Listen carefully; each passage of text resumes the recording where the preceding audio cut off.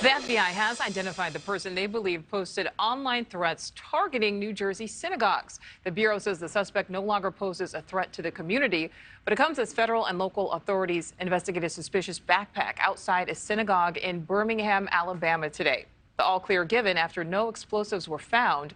Let's bring in now Tracey Walder, a former CIA officer and FBI special agent. Tracey, thanks for being with us.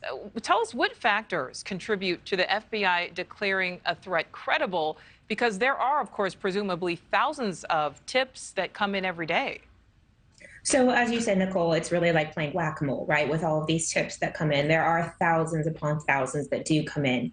Really what they're focused on primarily are digital threats. That's really what's going on right now. And what they're trying to do is probably triage a lot of them and think about the ones that are really the most focused and the most that they can narrow down to a specific location, which was probably the case in this New Jersey threat and then also this threat in Alabama. So that's typically what I would imagine is going on right now. Also, I would imagine that the FBI is taking resources from other squads and directing them onto the hate crimes and cyber task forces within those offices. All right, Tracey, let's dig into that a little bit, because, there are, of course, these recent high-profile instances of anti-Semitism we're hearing about in the media. How does law enforcement kind of proactively adjust protection on synagogues and other Jewish locations, even if there's not a specific threat, when there's kind of this idea of a threat?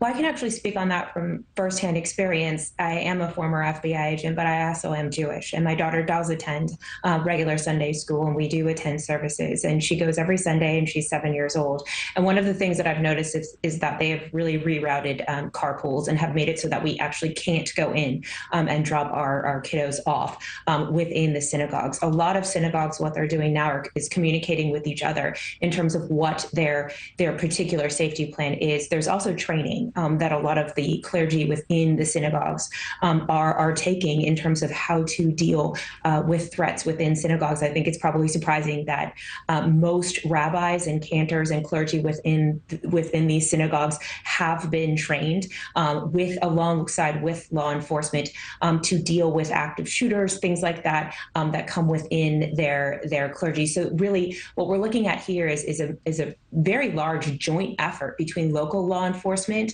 state law enforcement, and the FBI as well. All right, Tracey Walder, we thank you for your time, and also, for that personal connection as well. Thank you, Tracey. Thank you. Thank you for watching. Go to newsnationnow.com to find News Nation on your television provider. And don't forget to click the red subscribe button below to get more of News Nation's fact-driven, unbiased coverage.